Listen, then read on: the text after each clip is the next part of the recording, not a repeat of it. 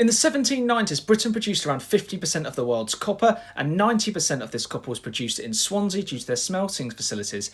However, in 1998, Britain's last copper mine closed, and today, Britain only produces around £600 million worth of copper per year, and this is mainly due to recycling methods. So what happened? Britain first started mining copper in the Bronze Age, around 4,000 years ago, around northwest Wales, where Great Orme Mine was, and this is one of the biggest Bronze Age copper mines in Europe, and they also mined some in Cornwall as well. However, by the time the Romans come, a lot of the copper mining is done up in North Wales, as you can see on this map here. Once the Romans left, the copper mines sort of stopped being used, and there's not much evidence of copper mining in medieval England, except in East Anglia, where you see copper being imported from the continent and being refined and recycled. But that's it really, it doesn't get going again till the Tudor period. Then comes the Industrial Revolution in the late 17th century and 18th century. A lot of the copper mined in Britain is from Cornwall and Wales, and a lot of the smelting facilities are one obviously in Swansea, but in England you've got St Helens and Liverpool as well, which are massive smelting facilities.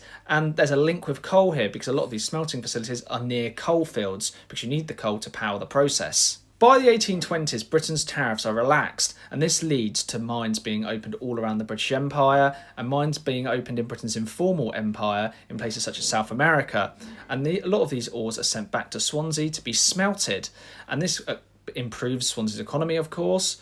But by the middle of the 19th century, the United States develops new technology and also their own smelting facilities, and this diverts a lot of traffic from Swansea to places in America.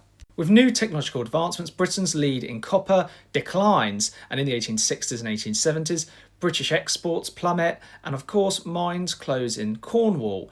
And by 1920, the smelting industry for copper in Britain is nearly extinct. Copper production continues to decline, and mining, of course, declines as well. And in 1998, the last copper mine closed in Britain. However, there are talks of opening copper mines again in Britain due to the demand domestically and, of course, internationally.